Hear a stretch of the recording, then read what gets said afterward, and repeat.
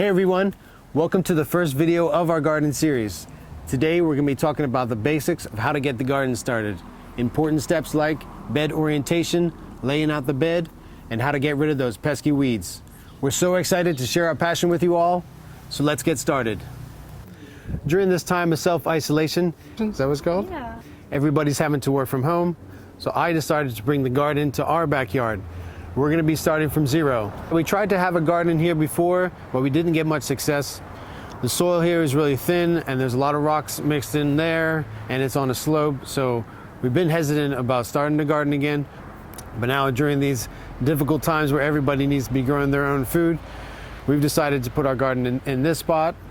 But this time we've made a raised bed, all from reclaimed materials, and we're going to be adding compost and soil from another part of the garden, and we're going to make it work.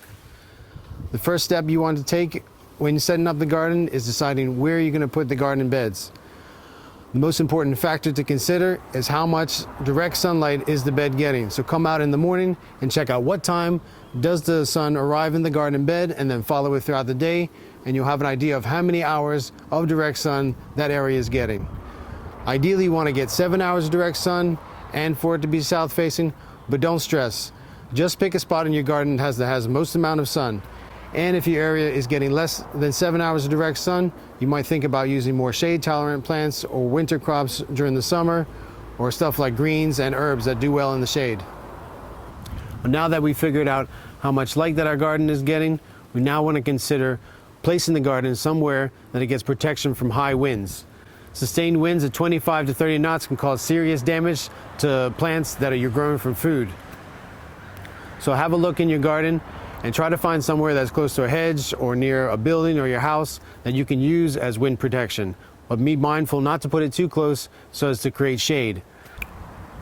In Bermuda, we get most of the strong wind during the winter time from November to about March, and you can get gale force, storm force gusts, and that can just kill your garden, all the plants in your garden.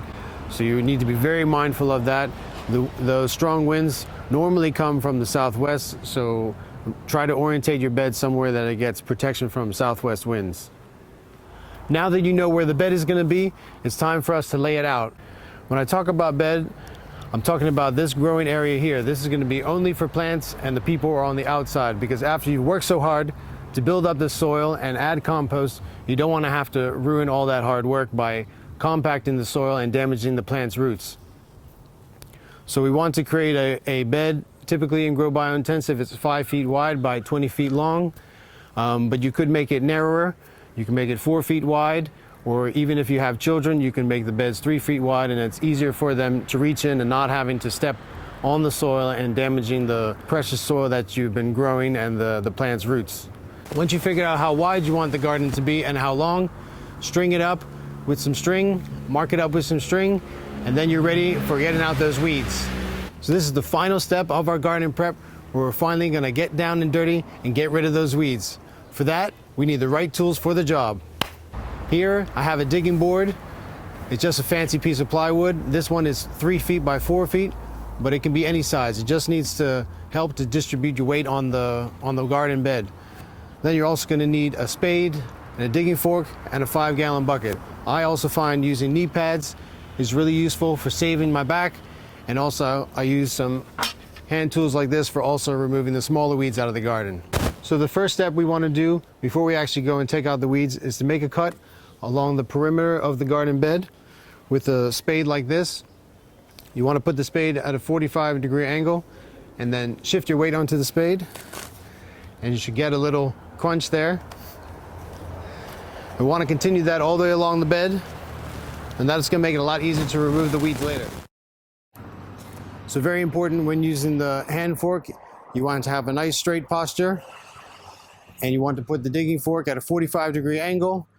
The best thing is to focus your attention forward somewhere in the distance, and then you want to put your foot on the shoulder of the fork and then shift your body weight forward onto the fork like that. It should be minimal effort. You only want to go down 3 or 4 inches just to loosen the weeds, and then pull back on the handle of the fork like that. And with minimal effort, we've got the weeds already pulled up. So now we've loosened up the weeds with the digging fork. We're gonna make another pass with this hand fork like this. I find is really useful for prying up. This is called chickweed, which is really common weed here in Bermuda. So I use the hand fork like that and dig it up and loosen the soil out of there.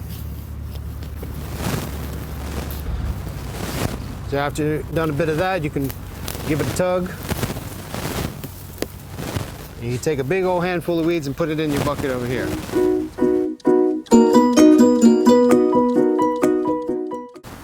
Congratulations, you've taken up all those weeds out of your bed. Now make sure that you save those weeds because we're going to be using them in composting for building healthy soil. Whew. After all that hard work, now your bed is ready. But the best is yet to come. In our next video, we'll be covering the art of double digging, the technique that will give us the foundation for a nice healthy garden. So see you then.